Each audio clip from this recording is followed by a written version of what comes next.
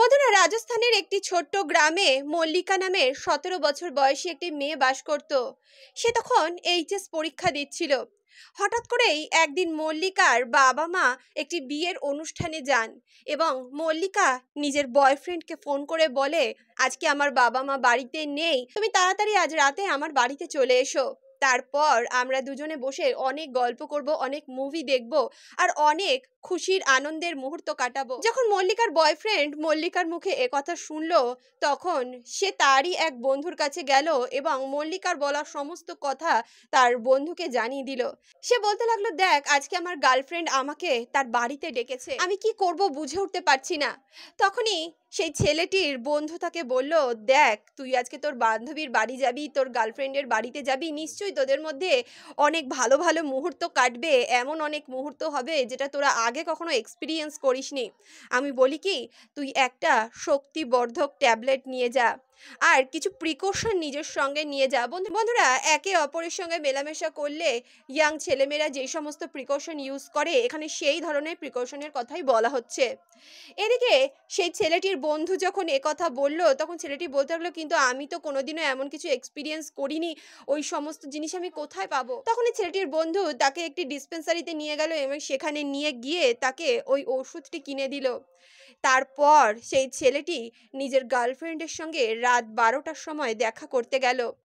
বন্ধুরা, সকালবেলা যখন মল্লিকার বাবা মা ঘরের ভিতর প্রবেশ করলো, তখন দেখলো মল্লিকা ঘরের ভিতর শুয়ে আছে এবং তার জামা কাপড় এদিক ওদিক ছড়ানো ছিটানো রয়েছে, তার শরীরে ঠিকঠাকভাবে জামা কাপড়ও ছিল না এবং সে বিছানার মধ্যে শুয়ে ছিল। মল্লিকার বাবা মা যখন এই অবস্থায় মল্লিকাকে দেখলো, তখন মল্লিকার বাবা ঘর থেকে বেরিয়ে গেল এবং তার মা মল্লিকার কাছে গেল এবং মল্লিকাকে একটু নাড়াতে লাগলো। তিনি বললেন, কিরে মল্লিকা, তুই এইভাবে শুয়ে আছিস কেন, কি হয়েছে?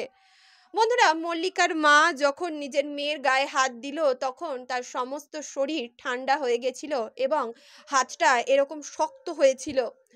তখনই মল্লিকার মা প্রচণ্ড ভয় পেয়ে গেলেন এবং তাড়াতাড়ি মল্লিকাকে একটু ঠিকঠাক করে ঘরের বাইরে বেরোলেন এবং তার বাবাকে বলতে লাগলেন, দেখো মেয়ের কি অবস্থা হয়েছে, মেয়ের যেন কিছু একটা হয়ে গেছে। বন্ধুরা, মল্লিকার সঙ্গে সেদিন রাত্রে কি ঘটনা ঘটেছিল সেই বিষয় আপনারা যদি জানেন, তাহলে আপনারাও হতবাক হয়ে যাবেন, আপনাদেরও পায়ের তলা থেকে মাটি সরে যাবে। তাহলে চলুন আজকের এই কাহিনী শুরু করা যাক। বন্ধুরা, এই কাহিনীটি একটি শিক্ষামূলক কাহিনী এবং কাহিনী থেকে আপনারা অনেক কিছু শিখতে পারেন, তাই এই কাহিনীটি অবশ্যই মনোযোগ সহকারে শেষ অবধি শুনুন। বন্ধুরা, রাজস্থানে মল্লিকা একটি ছোট্ট গ্রামে বাস করত। হঠাৎই একদিন তার বাবা মা তাকে বলতে লাগলো, দেখ দুদিন পরই তোর দাদার বিয়ে, আমাদের কিছুটা দূরে পরের গ্রামেই যেতে হবে, তুই আমাদের সঙ্গে চল। মল্লিকা বলতে লাগলো, না মা আমি যাব না, তোমরা যাও, আমার শরীরটা ভালো নেই, আমি বাড়িতে থেকেই রেস্ট করব। রাতে থাকার জন্য মল্লিকা তার পাশের বাড়িরই একটি ছোট্ট বাচ্চা মেয়েকে নিজের সঙ্গে রাখবে বলেছিল। এদিকে মল্লিকার বাবা মা যখন একথা শুনলেন, তখন প্রথম দিকে তারা নিজের মেয়েকে ছেড়ে যেতে তো চাইছিলেন না, কিন্তু সে যখন বলল যে পাশের বাড়ির মেয়েটাকে এনে রাখবো, তখন মল্লিকার মা বলতে লাগলেন, দেখো এক রাতের তো ব্যাপার, ভোরবেলার দিকে তো আমরা চলেই আসবো, কিছু ঘন্টার ব্যাপার, চলো আমরা যাই, ওর যখন শরীরটা ভালো না, ও যেতে চাইছে না, বাড়িতেই থাক। বন্ধুরা, আসলে মল্লিকার শরীরের কোনো সমস্যাই ছিল না, সে কোনোভাবে অসুস্থ ছিল না, সে শুধুমাত্র নিজের বয়ফ্রেন্ডকে নিজের বাড়িতে ডাকার জন্য এই ঘটনা ঘটিয়েছিল। এদিকে মল্লিকার বাবা মা যখন বিয়ের দিন সন্ধ্যা 7টা নাগাদ ঘর থেকে বেরিয়ে গেলেন সেই বিয়ে বাড়িতে যাওয়ার উদ্দেশ্যে, তখন মল্লিকা নিজের বয়ফ্রেন্ডকে ফোন করলো আর বলতে লাগলো, দেখো আজকে বাবা মা রাতে বাড়িতে নেই, তুমি এক কাজ করো, তুমি রাত্রির 12টা নাগাদ বাড়িতে চলে আসো। এদিকে মল্লিকার বয়ফ্রেন্ড, যার নাম ছিল সূর্য, সে যখন মল্লিকার মুখে একথা শুনলো, সে খুবই এক্সাইটেড হয়ে গেল। বন্ধুরা, মল্লিকা আর তার বন্ধু দুজনে একই স্কুলে পড়তো, তারা একই সঙ্গে পড়াশোনা করতো, একই কোচিংয়েও যেত। তাদের মধ্যে কিছুদিন যাবৎ খুব ভালো সম্পর্ক স্থাপন হয়েছিল, তাদের মধ্যে 5-6 মাস ধরে একটা ভালোবাসার সম্পর্ক স্থাপন হয়েছিল। এদিকে মল্লিকার বয়ফ্রেন্ড সূর্য যখন মল্লিকার মুখে একথা শুনলো, তখন সে তার আর একটা বন্ধুর কাছে গেল এবং বলতে লাগলো, আজকে আমার গার্লফ্রেন্ড আমাকে তার বাড়িতে ডেকেছে, ওর বাড়িতে আজকে কেউ নেই।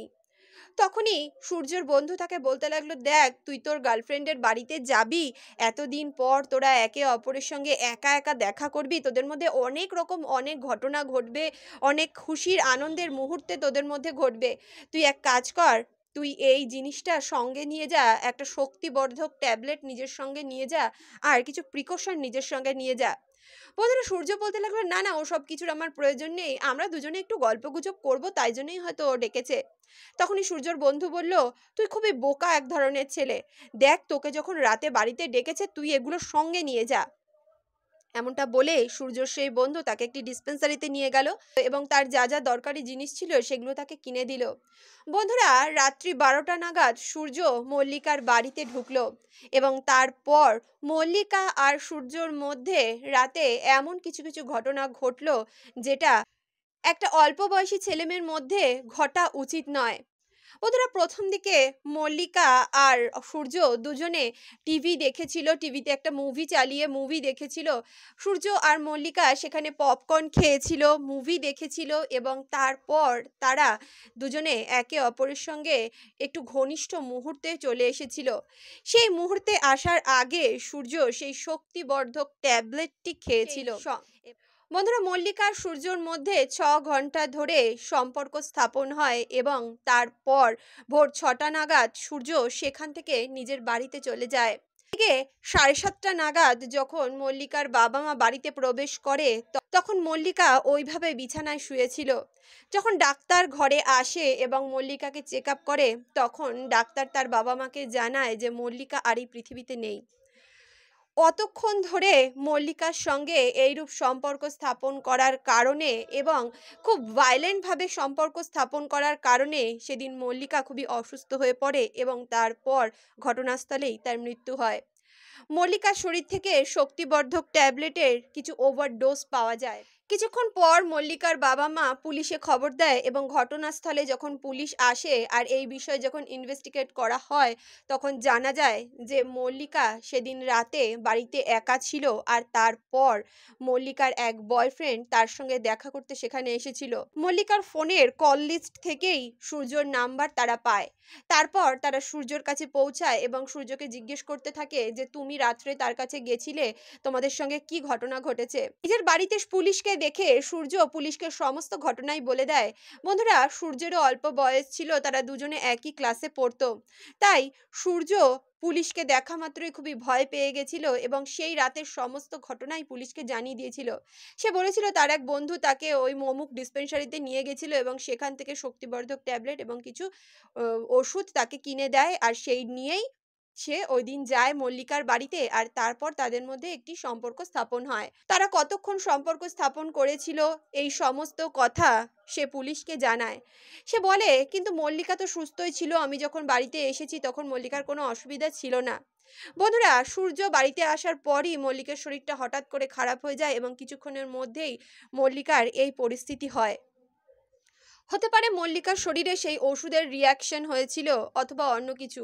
এই ঘটনার বিস্তারিত বিষয় সম্বন্ধে আমরা আলোচনা এখনই করতে চাই না, এই বিষয় নিয়ে আরও একটি বিস্তারিত গল্প রয়েছে। কিন্তু আসল ঘটনা হলো, বন্ধুরা, সূর্যের বয়স যেহেতু 18 বছরের কম ছিল তাই তাকে হোমে পাঠানো হয়েছিল। তারপর মল্লিকার পরিবারের যে অবস্থা হয়েছিল তা জানলে আপনারাও আঁতকে উঠবেন। একটা অল্প বয়সী বাচ্চা মেয়েকে তার বাবা মা হারিয়েছিল।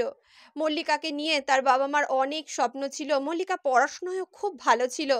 মল্লিকা ছোটবেলা থেকেই চেয়েছিল যে পড়াশোনা শিখে সে একজন ডাক্তার হবে, কিন্তু একটা ভুল সিদ্ধান্তের কারণে আজকে ওই বাচ্চা মেয়েটির জীবনের এই পরিণতি হলো।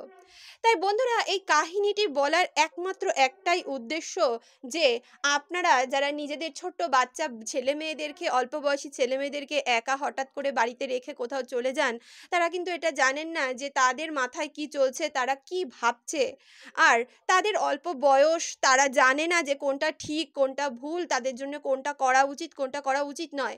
ওই ধরনের ওষুধ একটা প্রাপ্তবয়স্ক মানুষেরই হয়তো খাওয়া উচিত বা কতটা ডোজ তাদের নেওয়া উচিত সেটা একটা প্রাপ্তবয়স্ক মানুষই বুঝবে। কিন্তু একটা অল্প বয়সী ছেলেমেয়ে কখনোই এটা বুঝবে না যে এই ধরনের ওষুধ তাদের শরীরে কত ক্ষতি করবে অথবা তারা এই ওষুধটা কতটা পরিমাণ সেবন করবে। তাই ওভারডোজের কারণে আজকে মল্লিকার জীবনের যে পরিণতি হয়েছিল, অন্য কোনো বাচ্চার সঙ্গে যাতে এমন ঘটনা না ঘটে, অন্য কোনো অল্প বয়সী ছেলে মেয়ে যাতে এই ধরনের ভুল কাজ না করে, তার জন্যেই কিন্তু আজকের এই ভিডিওটা আপনাদের কাছে নিয়ে আসা। আপনাদের কাছে এই মোটিভেশনাল স্টোরি স্টোরিটা শেয়ার করা। এই স্টোরিটা একটি অন্য ধরনের মোটিভেশন আপনাদের জীবনে দেবে। আপনারা এটা বুঝতে পারবেন যে অল্প বয়সী ছেলেমেয়েদেরকে সবার আগে নিজের কাছে বসিয়ে তাদেরকে এই সমস্ত বিষয় নিয়ে বোঝানো উচিত। তাদেরকে একটা বয়সের পর এটা বোঝানো উচিত যে তাদের একটা বয়সের পর কোন কোন কাজ করা উচিত আর কোন কোন কাজ করা উচিত নয়। আপনারা নিজেদের ছেলেমেয়েদেরকে অবশ্যই এই শিক্ষা দেবেন, তাদের সঙ্গে বন্ধুর মতো মিশবেন। তার ফলে তারা জীবনে কখনো এমন ধরনের ভুল করবে না। বন্ধুরা, এটা তো ছিল আমার মতামত।